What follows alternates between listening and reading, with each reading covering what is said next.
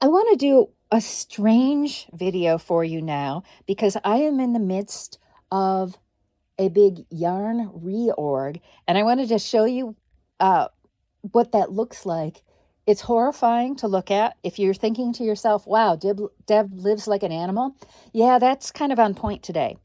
I am following the steps outlined in Marie Greene's lovely The Joy of Yarn book, which is all about stash management. And she wrote it largely for knitters and crocheters. I'm adding a few wrinkles because, of course, I am also a weaver and also a spinner.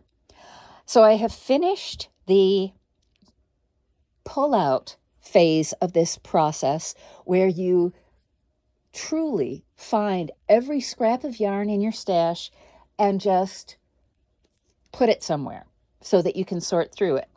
Yesterday, I managed to organize the yarn I am definitely going to keep for knitting purposes into these color organized bins. I will have to do another step of that very soon. Sorry, that was awkward, me getting up. This mess right here, I'm in the middle of my undyed yarn stash, my yarn needing to be dyed stash, so that I can, again, figure out what I'm going to keep and what I'm going to give away. When I finish the undyed yarn stash, I will start doing my weaving yarns. So you can see that in these shelves, I've got cones of yarns, and every now and then you will also see skeins of yarn. And these are here because I have designated them as yarns I will plan to weave with for one reason or another. For instance, this yarn here is my hand spun. It's really hairy and it's kind of coarse. And this yarn is less hairy, but it is also kind of coarse. So I have set these aside because if I felt the skeins a little bit first to really to give the yarn a hard finish that won't degrade, this could make a really lovely hand-woven rug. Or these skeins of silk ribbon. This one I dyed myself, and this one I bought dyed. These are going to make lovely weft for something or other, but I don't know what yet. But anyway, they are set aside as my weaving yarns. Here's another basket full of cotton, mostly cotton yarns. I still need to finalize this one. I want to hang on to these yarns, and because they're cotton and really fat cotton, I can weave something really fun with them. I don't know what it'll be yet, but just knowing that I've designated them as weaving yarns as opposed to knitting yarns feels like a step in the right direction. Finally, and this is the part that I'm proudest of, people, this is a desk that I need to get out of my living space, and it holds, I'm going to guesstimate, 8 cubic feet of yarn I decided I could live without. It's colors I don't want, or it's 1s and 2s skeins, or it's hand spun that I'm just never going to use. So I have got it all here. I will bag it up and put it in my garage until somebody contacts me and says, yes, I will take it all. And this will be, it's kind of freeing to commit yourself to only keeping the yarn that you know you're going to use, that you can't live without for whatever reason. It's destined for a project. So sometimes I've got it sorted like this little bin. This is all my reds and pinks for colorwork knitting. And this is all my golds and yellows for colorwork knitting. And here's darker reds and a couple misplaced colors for colorwork knitting. So I am modifying Marie Greene's very excellent suggestions to think about both color and purpose. Oh, and then, of course, I still have to do my spinning fiber stash, which is this container right here, 2 of these bins here, and this 4-pack of bins here.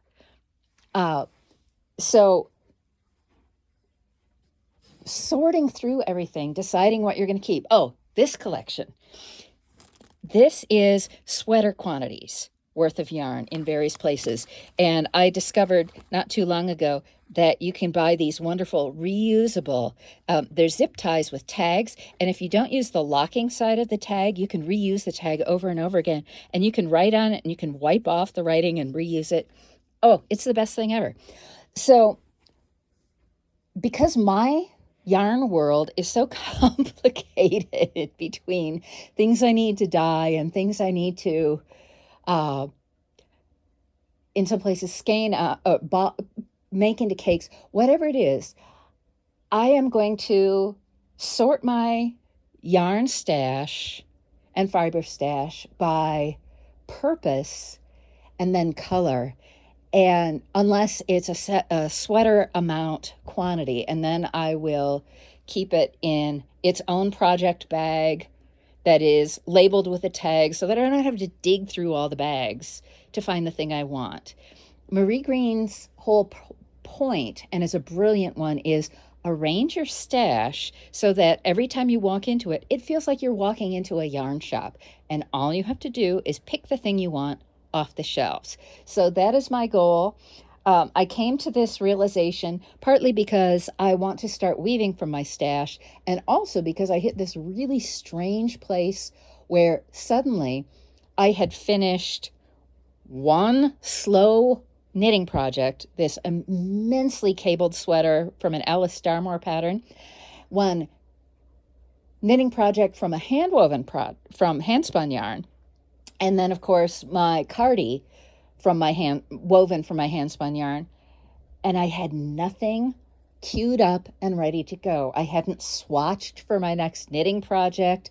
I haven't done warp chains for my next weaving project. I didn't even know what my next knitting project was going to be. And so before I can even start knitting again, I need to swatch and prep everything. And for a lot of this handspun yarn, I'm going to have to, generally, I will dye the yarn before I start knitting, because trying to dye a completely knitted garment is just too unwieldy and doesn't yield the results I like. So if I want to start doing some more dyeing, I have to get through all this mess and figure out what I want to do with the yarn. So that is my pitch for why every now and then you just need to pull everything, and I mean everything, out of your stash, look it over, decide what you want to keep, get rid of what you don't want to keep, and do a big reorg.